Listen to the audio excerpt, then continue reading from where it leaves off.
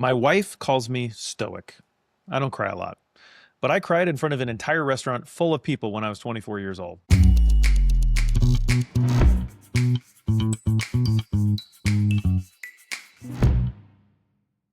At the time, I was a manager at that restaurant, and I thought I was crushing it.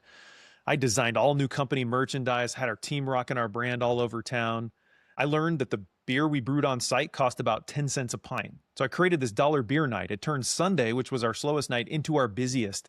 And in fact, it got so busy that we had to hire bouncers to card people at the door.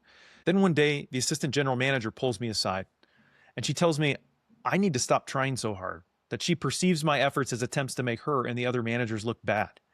It was so unexpected and so crushing that I cried in the middle of that restaurant. And then a few days later, I gave my 2 weeks notice. I am incredibly grateful for that moment because if she hadn't said those words to me on that day, I'm not sure when or if I would have left. I mean, it was a comfortable life and I was satisfied when I thought I was making an impact and that impact was appreciated. I am sure that without that moment, I would not have started my first company within 6 months. The gift that assistant general manager gave me that day was to make the meaning gap in my life impossible to ignore. Now, I wasn't totally clear on what I wanted yet, but I knew it wasn't that. Leaving that job is what led to my first business and then eventually to co-founding Guidant Financial, which has now helped more than 35,000 people become business owners. But none of that happens if I don't end up in tears in that restaurant on that day.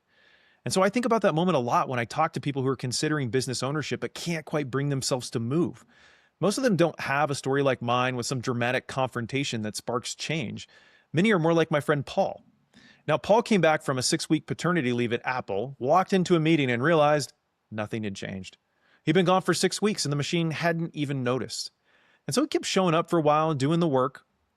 He collected his paycheck because it was a good one, but something had shifted in him that he couldn't unshift. And within a few months, he left. Now, a few years later, after getting a taste of business ownership by helping at his dad's company, he launched the coolest pickleball club in Boise, Idaho. And today, his company, The Flying Pickle, has not only 2 corporate locations with membership waitlists, but a handful of franchise locations that are opening soon.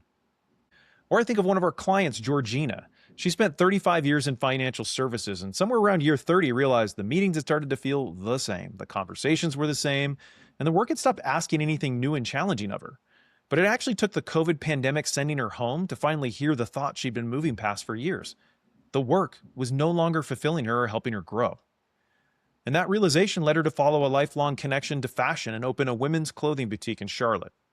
Now, her journey has certainly had its challenges, but she told me she doesn't dread Mondays anymore. Now, what I've noticed working with thousands of people over the years is that very few of them plan the move to business ownership well in advance. Most of them were waiting for the right time, the right idea, the right level of certainty. But what actually moved them was a moment that made the gap impossible to ignore any longer. Sometimes that moment's loud, like a layoff, a health scare, or a confrontation with an assistant general manager, for example. But often it's quiet. Maybe some moment when there's enough space and distance to see that you've changed, but the work hasn't. I got lucky because someone helped me make that decision.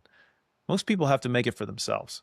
So if you've been carrying a version of that feeling, even quietly, even just as a question you keep almost asking yourself, it's probably worth paying attention to. Don't quit your daydream. Cheers.